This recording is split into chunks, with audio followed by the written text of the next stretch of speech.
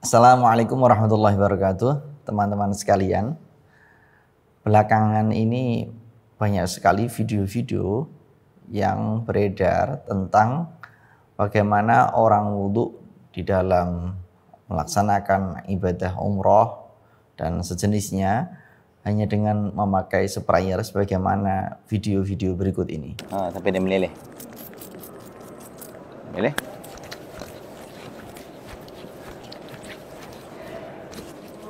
Oke, settle. Kemudian untuk kepala, kalau laki-laki tentu bisa seperti ini saja.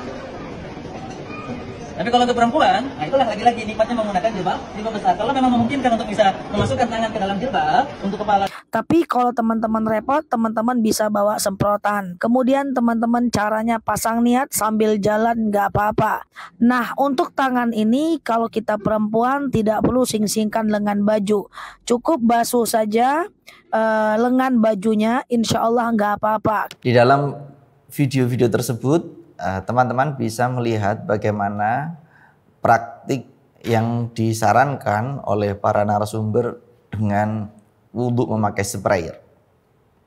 Mari kita telisik apa dasar wudhu dari Al-Quranul Karim.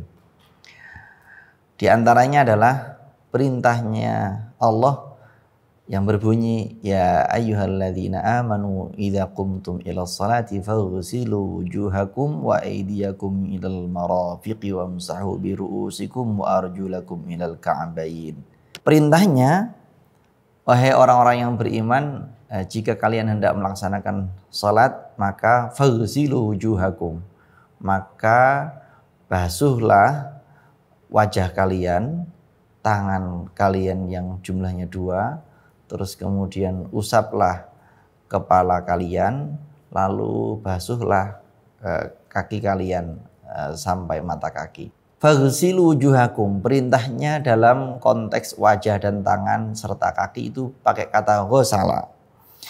Kita coba cek bagaimana Syekh Muhammad Sayyid Tantawi, ulama Mesir, mengatakan di dalam kitab At-Tafsir Al-Wasiyut, beliau menjelaskan bahwa faghsilu minal ghasli. Faghsilu ini dari akar kata ghasala. Apa arti ghasala? Adalah imrarul ma' 'alal mahalli hatta yasila an. Menjalankan air di atas tempat atau anggota wudhu sampai mengalir. Penjelasan ini setidaknya kita sudah menangkap bahwa yang namanya ghasala adalah airnya harus mengalir. Begitu pula Dr. Wahbah Az-Zuhaili dalam Al-Fiqhul Islami, beliau mengatakan bahwa yang namanya ghusl adalah isalatul ma' 'alal 'udwi bihaitsu yataqatar. Mengalirkan air atau mengalirnya air pada anggota tubuh, yaitu anggota wudhu, bihaitsu yataqatar. Cirinya mengalir itu apa? Ada tetesan-tetesan. Nah, wa aqalluhu qatratani fil asah. Minimal dari basuhan itu ada 2 tetesan. Wala takfi al-isalah bidunit taqatur. Tidak cukup yang namanya mengalir ini kok tidak ada sampai menetesnya. Teman-teman, pada video tadi dipraktikkan adalah orang memakai sprayer langsung dikasih kepada tangan seperti ini, baru tangannya diusapkan ke wajah. Kalau begini ceritanya, ini dalam 2 definisi sebagaimana disampaikan Syekh Muhammad Tantawi dan Dr. Wahbah Az-Zuhaili, ini sama-sama tidak ada yang masuk sama sekali. Karena apa? Tidak ada unsur mengalirnya. Ini hanya mengusap karena tidak ada unsur mengalirnya. Bagaimana kalau yang dipraktekkan tadi itu termasuk kategori apa? Wal mashu huwa imrarul yadi al mubtallah 'alal 'udwi. Ini kata Dr. Wahbah Az-Zuhaili. Yang namanya mashu, mengusap, adalah menjalankan tangan yang basah, ini tangan, ini dibasahin, terus kemudian dijalankan di anggota tubuh alal udwi. Ini namanya bukan ghuslu tapi adalah al-mashu. Fix ini menurut ulama-ulama kontemporer demikian. Nah, bagaimana kalau menurut Imam Nawawi, beliau menjelaskan bahwa al-ghuslu membasuh di dalam wudhu yang berupa jarayanul ma, mengalirkan air, itu merupakan ijma'ul ulama, konsensus ulama. Semua ulama sepakat bahwa yang namanya wudhu dalam konteks membasuh muka, kedua tangan, kedua kaki, tidak ada perbedaan ulama manapun.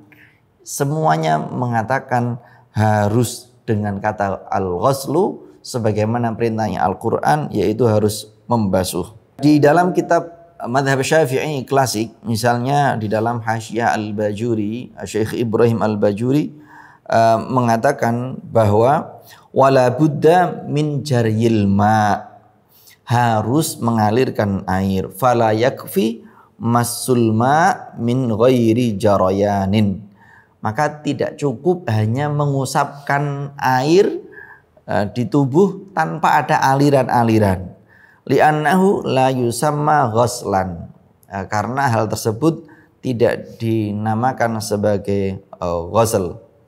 Nah, oleh karena itu praktik yang ada, misalnya bagaimana kalau ini tidak diusapkan tapi disemprotkan langsung kepada wajah seperti ini. Maka sebenarnya ini seumpama jumlahnya adalah sangat banyak sehingga ini menetes, maka itu cukup. Sehingga kalau pengen simpel pakai ini bisa. Yang penting sangat banyak. Cuma pertanyaannya, seumpama yang menetes hanya di bagian samping kanan, samping kiri hanya basah dan tidak menetes, itu juga tidak cukup. Misalnya di jumlahnya banyak, di sini hanya 3 kali semprotan misalnya, ya basah, tapi tidak menetes, ini tidak cukup. Di dalam sebuah riwayat antara Sayyidina Ali bersama Ibnu Abbas yang mempraktikkan tentang bagaimana wudhunya Rasulullah itu menggunakan air berapa banyak, itu di sana disebutkan 1 mud. 1 mud itu kira-kira dengan wadah tingginya 9 cm, lalu lebarnya yang atas 9 cm, yang bawah ini 10 cm dalam diameter, itu air segitu itu cukup. Nah, tapi selama ini praktik-praktik para ulama-ulama itu tidak ada yang memberikan langkah praktis dengan menggunakan ini, karena ini cukup berisiko apabila tidak benar-benar banyak. Nah, bagaimana kalau misalnya ini kita dalam kondisi tawaf, maka di dalam Masjidil Haram itu kita bisa menepi, kita mengajak teman kita untuk menepi, tidak sampai keluar ke Masjidil Haram, itu ada tempat-tempat wudhu yang telah disediakan. Kecuali kalau memang harus buang air ya, kalau harus buang air memang harus keluar. Tapi kalau hanya untuk sekedar wudhu, kita bisa menepi sebentar, tidak terlalu jauh. Nah, di dalam video tadi ada yang memang perlu diluruskan. Yang pertama soal cara wudhunya. Yang kedua, wudhunya disebutkan kalau ada orang sedang tawaf, dia ini posisinya tawaf itu berjalan masih mengitari Ka'bah. Kalau batal bisa dengan wudhu sambil berjalan. Ini tentu tidak tepat. Kalau orang tawaf itu seumpama dia batal, dia harus berhenti dari tawafnya, tidak bisa melaksanakan dengan wudhu sambil berjalan. Bagaimana kalau wudhunya itu selesai dengan langkah yang ke-10, maka jarak antara dia batal sampai ke langkah 10, berarti kan dia tawaf dalam kondisi tidak mempunyai wudhu. Dia mempunyai hadas, izalatul hadasnya dia belum selesai. Raf'ul hadasnya dia belum clear, tapi dia sambil jalan. Ini adalah sebuah penjelasan yang kurang tepat. Oleh karena itu, dia bisa keluar wudhu, nanti dia bisa kembali ke garis itu, tempat di mana dia tadi batal, lalu dia melanjutkan hitungannya mulai dari itu, tapi tidak bisa sambil jalan atau tiba-tiba dia keluar lalu nanti masuk lagi sudah kelewat 20 langkah di depannya, itu tentu tidak bisa.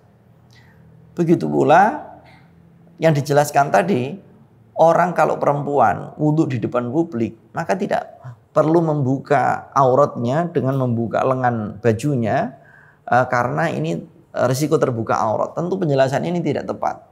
Karena dengan risiko membuka aurat, tapi wudhunya tetap tidak sah karena tidak ada murakhis atau pemberi dispensasi. Kalau orang wudhu di depan publik itu bagi perempuan hanya sampai pada batas pergelangan tangan misalnya, itu tidak ada.